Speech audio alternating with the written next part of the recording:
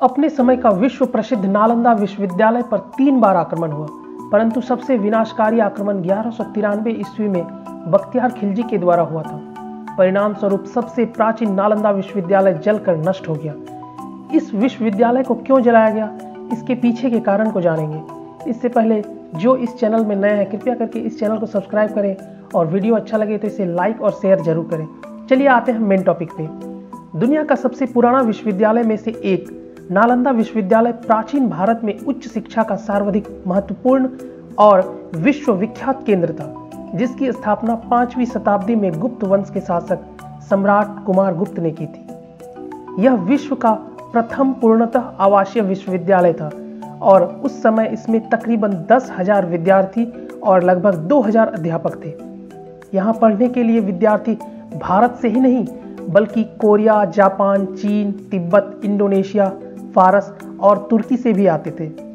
नालंदा विश्वविद्यालय को आक्रमणकारियों ने 3 बार नष्ट किया था, लेकिन केवल 2 बार ही इसे पुनः निर्मित किया गया। पहला विनाश स्कंदगुप्त के शासनकाल के दौरान हुआ हुनों के द्वारा, तथा दूसरा विनाश 7वीं शताब्दी के शुरुआत में गोदास ने किया। तीसरा और सबसे विनाशकारी हमला 1193 ईस्वी में तुर्क सेनापति इख्तियारुद्दीन मोहम्मद बिन बख्तियार खिलजी और उसकी सेना ने किया। उस समय बख्तियार खिलजी ने उत्तर भारत में बौद्धों द्वारा शासित कुछ क्षेत्रों पर कब्जा कर लिया था और एक बार वह काफी बीमार पड़ा। उसने अपने हकीमों से इलाज करवाया मगर ठीक नहीं हो सका और मरणासन की स्थिति में पहुंच गया। तभी किसी ने उसको सलाह दी कि वह नालंदा विश्वविद्यालय के आयुर्वेद विभाग के प्रमुख आचार्य राहुल श्रीभद्र को दिखाए और उनसे इलाज करवाए, परंतु खिलजी इसके लिए तैयार नहीं था। उसे अपने हकीमों पर ज्यादा भरोसा था। वह यह मानने को ही तैयार नहीं था कि भारतीय वैद्य उसके हकीमों से ज्यादा ज्ञान रखते हैं या ज्यादा काबिल हो सकते हैं, लेकिन जान बचाने के लिए उसे नालंदा विश्वविद्यालय के आयुर्वेद विभाग के प्रमुख आचार्य राहुल श्रीभद्र को बुलवाना ही पड़ा। फिर खिलजी ने वैद्यराज के सामने एक अजीब सी शर्त रखी और कहा कि उनके द्वारा दी गई किसी प्रकार का दवा का सेवन नहीं करूंगा, बिना दवा के वो उसे ठीक करे। वैद्यराज ने कुछ सोचा और उसकी शर्त मान भी ली और कुछ दिनों के बाद वो खिलजी के पास गए। एक कुरान लेकर पहुंचे और उन्होंने कहा कि इस कुरान की पृष्ठ संख्या इतना से इतना तक पढ़ लीजिए, आप ठीक हो जाएंगे।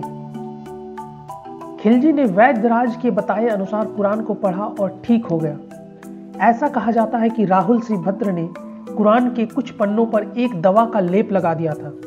वह थूक के साथ इन पन्नों को पढ़ता गया और ठीक होता चला गया। खिलजी इस तथ्य से परेशान रहने लगा कि एक भारतीय विद्वान और शिक्षक को उनके हकीमों से ज्यादा ज्ञान है। फिर उसने देश से ज्ञान, बौद्ध धर्म और आयुर्वेद की जड़ों को नष्ट करने का फैसला किया। परिणाम स्वरूप खिलजी ने नालंदा की महान पुस्तकालय में आग लगा दी और लगभग 9 मिलियन पांडुलिपियों को जला दिया। ऐसा कहा जाता है कि नालंदा विश्वविद्यालय में इतनी किताबें थी कि वह 3 महीने तक जलती रही। इसके बाद खिलजी के आदेश अनुसार तुर्की आक्रमणकारियों ने नालंदा के हजारों धार्मिक विद्वानों और भिक्षुओं की हत्या कर दी। एक बड़े पैमाने पर नरसंहार किया गया। पूरा विश्वविद्यालय नष्ट हो गया, इसे तहस नहस कर दिया गया। एहसान के बदले खिलजी ने इस विश्वविद्यालय को नष्ट कर दिया, इसे आग लगा दी।